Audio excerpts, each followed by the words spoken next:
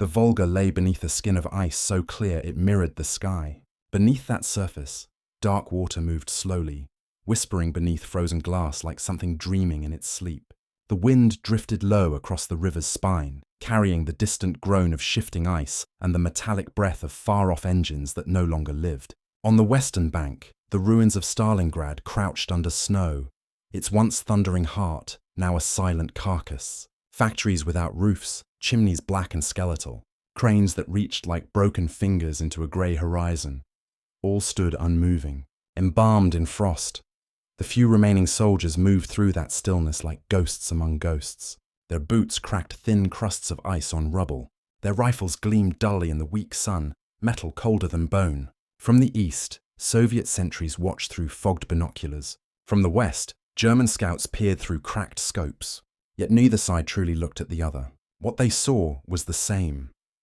A city unclaimed by any flag, frozen beyond victory or loss. Some said the air itself had become alive, humming softly, almost electrical, as if carrying unfinished prayers. The sound came from everywhere and nowhere. Wires trembling in the wind, loose sheets of tin breathing with the cold. Even the birds had left, only crows remained, and even they circled high, never landing. In the nights that followed, men swore the river began to speak. It wasn't words, not exactly. More a deep vibration that crawled beneath the ice and up through their boots. When the wind rose, it carried something else, a single note, long and low, the shape of a howl. No one spoke of it aloud, but every man heard it. The city, it seemed, was still awake. Stalingrad was never meant to survive. It was a name drawn on maps, erased and drawn again until only smoke and silence remained. The city had become a wound that refused to close, one stitched together by ash, by hunger, by the stubborn rhythm of hearts that beat only because they could not stop. Both armies fought not for ground, but for something nameless, a sense that if they gave up now, the universe itself might unravel. Flags still fluttered in places where no wind should reach. Their colours were gone, threads stiffened with frost, hanging beside statues scorched black by shellfire. The snow was grey here, not white, never white, carrying flakes of soot that shimmered faintly when the sun broke through. The smell of rust and stone had seeped into everything, as if the air had swallowed memory whole. There were no animals left. Even the rats, those loyal survivors of every human disaster, had vanished. The people who remained, civilians huddled in basements and cellars, prayed to walls that no longer stood. They spoke in whispers, not because they feared the enemy, but because sound itself felt sacred, something the city might punish if disturbed. Years later, veterans would describe this time in strange ways. Some said the air still carried the voices of those who'd fought, murmuring faintly when winter returned. Others swore the snow fell differently there, slower, as if heavy with remembrance. They called it the place where the air remembered, and in that remembering, something unseen began to stir, a feeling in the silence between breaths, in the space where wind paused before moving on. It was not yet a howl, but it was close. Night descended over the ruins like falling metal, slow, deliberate, and heavy with silence. The sky had the dull sheen of gun barrels, and the stars seemed distant, uninterested. Along the riverbanks, sentries huddled beside dying fires, their breath turning white before vanishing into the dark. Every sound felt amplified, the click of a rifle bolt, the whisper of snow against broken glass, the distant groan of shifting ice. Then, amid that stillness, it came, a sound that did not belong. It started low, almost beneath hearing, like the hum of a buried engine. Then it rose, not quite an animal's cry, not quite machinery. Something caught between both, stretched by distance and cold. Men stopped moving. Some crossed themselves. Others turned toward the wind, expecting to see a patrol or a tank. The sound came again, longer this time, its edge metallic, echoing across the frozen river as if carried through hollow steel. Later, a Soviet sentry would describe it as a wolf's cry filtered through armor. Others said it was the wind caught in the wreckage of a tank's turret. But one man, standing on the high ridge near the Red October factory, swore he saw movement. Dark shapes gliding between shell craters, glinting where moonlight touched their backs. No one chased it. No one spoke. The sound faded, and silence returned, heavier than before. The war had paused to listen. They called them Eisenwölfe, iron wolves. To the German crews, the name was not a joke, nor a boast. It was a kind of prayer. Each tank was treated less as a machine and more as a living companion, forged in the same crucible as the men who rode it. Before every battle, they would knock twice on the armor, once for luck, once for memory. They spoke softly to the engines as they turned the keys, murmuring names as if waking old animals. Inside the hull, oil fumes mingled with breath and sweat, the heartbeat of pistons filling the air like something alive. But as winter tightened its jaws, those machines began to suffer like the men themselves. Oil thickened into sludge, tracks froze solid, and batteries died in their sleep. Soldiers whispered that the cold was hunting not just flesh, but metal. Yet on some nights, long after entire units had vanished, sentries reported hearing engines rumble through the dark. Distant, rhythmic, as if a column of tanks still moved under the snow. They said the iron wolves refused to die. In the moonlight, exhaust smoke rose from nowhere, drifting across open ground where no vehicle stood. Some swore they heard the metallic clank of treads over ice, followed by the echo of a low mechanical growl. Even the skeptics stayed quiet when the wind carried that sound. Whether it was memory, machinery, or something older, no one could say, but every man felt it, that the war had given birth to something it could no longer control. The medic kept a notebook, its pages stiff with frost. He wrote not about medicine, but about sounds, how the wind in Stalingrad had its own voice. When it passed through shattered buildings, it moaned like an organ. When it slipped through ribs and empty helmets, it played higher notes, soft and hollow, like flutes carved from bone. He said it was the city's breath, the echo of everything it had lost. In the trenches, hunger had stripped the men of weight and warmth. They boiled strips of leather from belts and boots, softened it into something chewable. Paper scraps disappeared into mouths like communion wafers. The firewood was gone, the rations gone, the will to speak nearly gone, except when the stories began. That was when the silence broke. The iron wolves hunt deserters, they whispered, passing the tale from mouth to mouth like a secret weapon. They wait near the river crossings. They smell fear. The medic listened as men repeated it, half in jest, half in hope. The myth gave shape to what they could not name. The shame of weakness, the terror of dying unseen. It was easier to believe that something powerful still watched over the city, something that punished cowardice and honored endurance.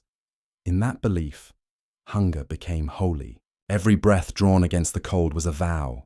Every heartbeat under the weight of snow was proof that the human body could still defy winter itself. They no longer fought for orders or flags. They fought because the iron wolves might be listening. In December, the cold reached a depth no man could measure. It wasn't merely the absence of warmth. It was the presence of something heavier, a silence so complete it pressed against the skin. A German patrol left their camp before dawn, 6 men moving cautiously through the pale fog toward the river. They were experienced soldiers, veterans of a dozen raids, yet that morning, their formation faltered. The snow beneath them was unbroken, soft and new, but by dusk, when the next patrol searched for their return, the tracks formed a strange pattern, looping endlessly, as if the men had walked in circles, chasing something unseen. 3 days later, they were found. Their bodies stood upright, frozen mid-step, rifles still gripped in their hands, faces turned toward the Volga. Ice had formed across their lashes, sealing open eyes that stared without recognition. Around them lay the snow, torn and ridged, as if something had clawed its way through. But no tracks led in, and none led out. The investigators whispered about hallucinations, exhaustion, madness. Still, they spoke softly, afraid to disturb whatever had stopped those hearts. That night, the wind shifted. It carried a sound low and steady, a distant growl, half buried in the storm. Some said it came from the river. Others swore it rose from the earth itself. Either way, the story spread quickly. Men began to believe the city had chosen sides, that Stalingrad, broken and starving, had learned how to defend itself, not with armies, but with echoes. The first reports came from the radio tents along the frozen ridges. Operators spoke of a strange distortion crawling into their transmissions. Not interference, not feedback, but something almost alive. It began as a low pulse under the static, a slow rhythm that rose and fell like breathing. When they tuned the dials to locate its source, the sound followed, sliding between frequencies as if aware of being heard. At first, they laughed it off. The cold did strange things to the equipment. Wires froze, batteries lost their minds, signals bounced off the ice and came back warped. But one night, a young engineer decided to record it. On the tape, the pulse deepened, shaped by faint harmonics that moved in intervals. A sound neither mechanical nor natural. He described it later as a modulated animal cry. When amplified, it seemed to carry texture, as though the wind itself had grown vocal cords. Senior officers dismissed it as atmospheric noise, but the operators disagreed. They knew the difference between interference and intent. Then, in early January, the pulse began to form syllables. Through the hiss, a word emerged. Faint, repetitive, steady. Back, back, back. The sound was identical across all radios, no matter the frequency. And then, without warning, it stopped. For days afterward, the lines stayed silent. No music from command, no chatter from patrols, just the wind pressing against the tent flaps like a slow, deliberate hand. The air itself seemed to listen. The red October factory loomed over the river like a fossilized beast, its ribs of steel and concrete jutting into the air. Every gust of wind carried the smell of burned metal and old oil, a scent that never froze, no matter how deep the winter bit. Soviet soldiers sheltered within the shattered walls, their breath clouding in the gloom. Fires were forbidden. Light made you a target, yet something else seemed to move among them, something that needed no flame to be seen. One morning, a patrol stumbled upon tracks pressed into the soot. They weren't boot prints nor tire marks, but perfect impressions shaped like paws, each the size of a helmet, spaced evenly, as if whatever left them had marched with purpose. The prints led through collapsed corridors, across iron catwalks, and finally disappeared beneath a collapsed girder. The men followed with rifles raised, expecting an ambush. They found nothing but silence, and the faint smell of hot metal, though the air was cold enough to burn skin. That night, the footsteps returned, padded, deliberate, echoing across the steel floors as if something heavy and patient roamed the darkness. A sniper stationed in the rafters later swore he saw a shape crawling upright through the fog, like a man learning to be wolf. His shot cracked the air, but the echo was swallowed, leaving only the clatter of falling ice. Fear soon hardened into ritual. Soldiers began painting crude white teeth on their helmets, gnawing marks into their rifles, tracing circles of ash around their sleeping places. They said the Iron Wolves respected symbols of strength, that the markings made them pass by in silence. No one laughed at the superstition. In Stalingrad, belief was armor, and even fear had its use. The flare rose slowly, carving a pale arc across the black sky. For a heartbeat, it hung above the ruins like a second moon, its light spilling over the snowfields and broken walls. Every shard of glass, every icicle, flared alive with silver. The men below squinted upward, rifles lifted, their shadows stretched long and thin across the ground. Then someone whispered, not in warning but in disbelief. Shapes were moving through the snow. There were 5, perhaps 6 of them, tall, indistinct, their outlines blurred by the drifting white. They moved with a rhythm too smooth for soldiers, too deliberate for beasts. As the flare light flickered, frost glimmered along their backs like armor, and where skin should have been, something metallic caught the light, not polished, not forged, but grown, as if the winter itself had sculpted them. The figures walked without sound, leaving no clear tracks behind. No one fired. No one spoke. The flare sputtered, dimmed, and fell, vanishing into the black like a swallowed star. Darkness returned with a sudden weight, pressing the breath from every chest. Only the wind moved now, whispering through the ruins as if echoing their fear back to them. When dawn came, half the patrol was gone. The survivors sat in silence, eyes unfocused, rifles untouched. They said the wolves never attacked. They simply walked, slow and patient, until the cold did their work for them. In Stalingrad, even the hunters had learned to wait. The archives hold what little survived of that winter. Pages stained with grease and smoke. Letters frozen mid-thought by the hands that wrote them. Some were never sent, discovered decades later in ration tins or coat linings, their ink blurred by melting frost. Across languages and allegiances, the same details reappeared, as if dictated by the same invisible witness. A German tank commander wrote to his wife, "The snow speaks. It howls in time with the engine. When we halt, the silence presses in, and I swear I can still hear it. Something breathing under the tracks." The letter ends abruptly, the paper torn along a fold. Another note, from a Soviet nurse stationed near the factory district, describes nights when she could not sleep for the sound beneath the floorboards. A steady exhale, rhythmic and wet. She wrote, "The patients whisper that the wolves guard the city. I do not know if they protect or punish."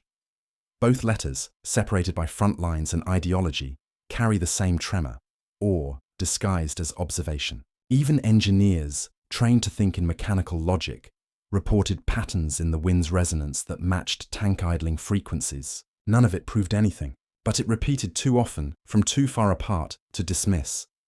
Historians call it coincidence. Psychologists call it projection. Yet reading those pages today, the repetition feels deliberate, almost orchestrated, as though something used the human need to explain as its instrument. The wolves may have been myth, but the pattern was real. Two armies, strangers in faith and language, dreamed the same sound. And perhaps that, more than any weapon, was how the city defended itself, through shared imagination that refused to die, even in the coldest silence. The transcript of the debriefing is brief, almost clinical. The officer's voice is steady throughout, unbroken by hesitation or guilt. His name is withheld, though his rank, captain, appears in every margin, as if repetition could anchor him to something ordinary. He speaks not of battles or victories, but of a night he cannot forget. "We stopped fearing the enemy," he says. "We feared what followed us." It had been late winter, 1943. His unit was retreating through the outskirts, engines coughing in the cold, headlights dimmed to narrow cones. The snow fell in slow, soundless sheets, muffling even the creak of treads. Then one of the drivers shouted, "Movement on the ridge." "Figures," he said. The captain ordered a flare. It burst open above them, scattering pale light over the ground. Nothing moved, but the air itself seemed to shudder, as if the light had exposed something it wasn't meant to. They fired anyway, out of habit, out of fear. When the smoke cleared, there was no sign of impact, no blood, no retreat, only silence, thick, almost solid, pressing against their ears until even their own breathing seemed distant. He recounts this without flourish, like a man describing a strange weather pattern. What haunted him, he insists, was not what he saw, but what followed, an emptiness that moved with them for days. Radios failed, engines misfired, footsteps echoed one beat too many. The men began speaking in whispers, afraid that the quiet would answer. "Something out there learned how to listen," he says. Then the transcript ends, his words cut off mid-sentence, followed only by the note, "Subject requested to stop recording." In 1952, nearly a decade after the city fell silent, a Soviet psychologist named Dr. Irina Sokolova began a quiet study of veterans returning from Stalingrad. Her patients arrived with trembling hands and sleepless eyes, claiming to hear sounds that no one else could.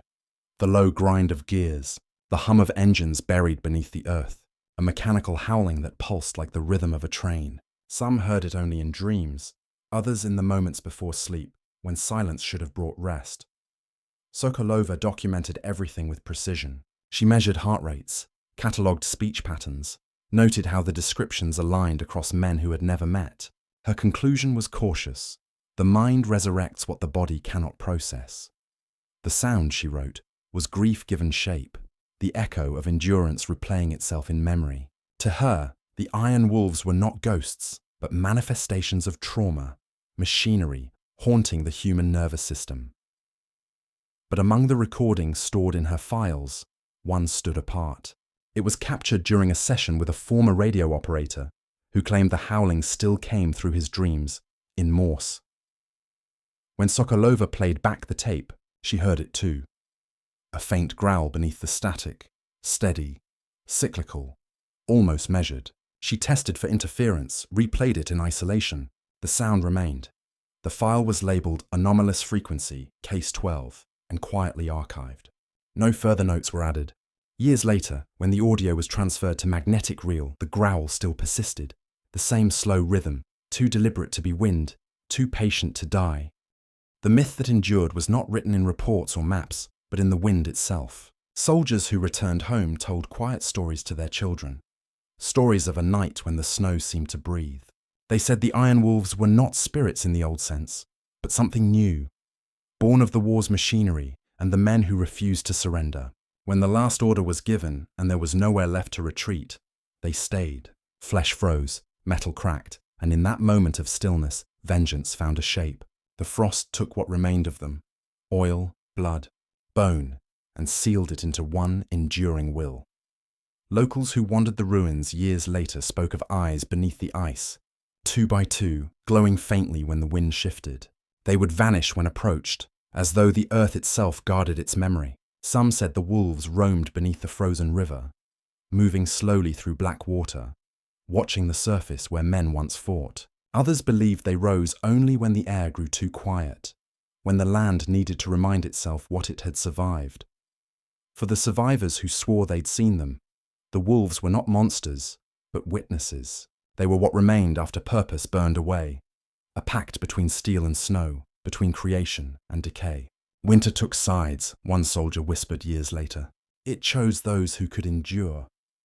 And so the myth settled into the soil, spreading through every retelling. To believe in the Iron Wolves was to believe that war left something behind, something colder and wiser than man.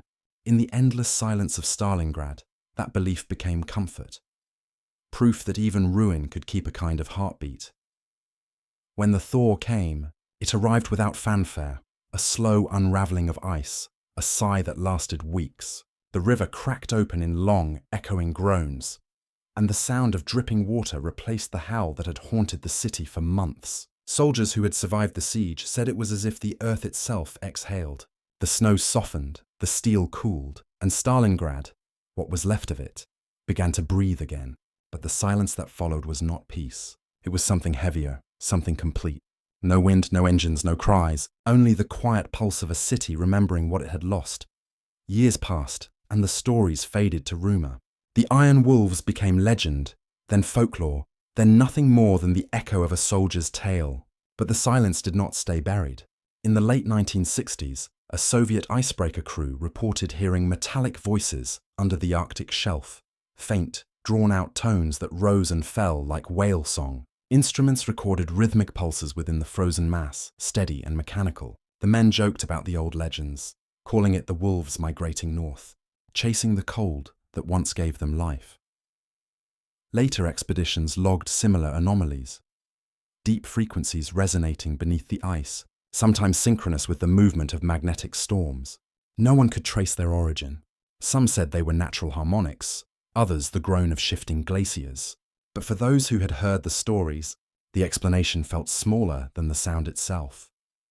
In the evenings, when the Arctic wind swept clean across the ice, researchers swore the tones almost formed words, long stretched syllables fading into distance. The Iron Wolves, they said, had never died. They had simply gone where the winter never ends. Sound never truly dies. It drifts, thins, and scatters. But somewhere in the folds of air, it remains, the faintest vibration waiting to be heard again. History, for all its pages and monuments, keeps its truest memories not in stone but in the atmosphere itself. Every whisper, every heartbeat, every scream from that frozen city still lingers there, dissolved into the breath of the world. The Iron Wolves were never only wolves, nor machines, nor ghosts. They were sound, the voice of endurance, the resonance of will refusing to vanish. When one listens to winter, really listens, the wind carries more than weather. It hums with the same pitch the radios once caught, the same frequency that made men turn their heads and wonder. Perhaps that is how memory survives, not as an image or a fact, but as vibration. What they called a haunting was only remembrance, playing itself back through the corridors of cold. The Iron Wolves were that echo, neither dead nor alive, but sustained by the need to be remembered. The city they guarded is long rebuilt, its scars hidden beneath glass and steel. Children walk where tanks once froze, markets stand where trenches caved in. Yet on the coldest nights, when snow begins to fall without wind, there are moments when the air grows strangely heavy and silence itself feels alive. People stop mid-step, not knowing why, and listen. Some swear they hear it, the low hum beneath everything, distant and steady, the sound of breath through iron. In that quiet, the war becomes something else. Not violence, not victory, but persistence. The Iron Wolves were never there to frighten or avenge. They were what remained when everything else had broken. A reminder that the will to endure, once born, cannot be buried. It lingers, humming beneath the centuries, patient as frost. And so, each winter, when the wind moves across the Volga, it carries that old refrain, faint, measured, and eternal, the song of men who stood until the snow itself howled back.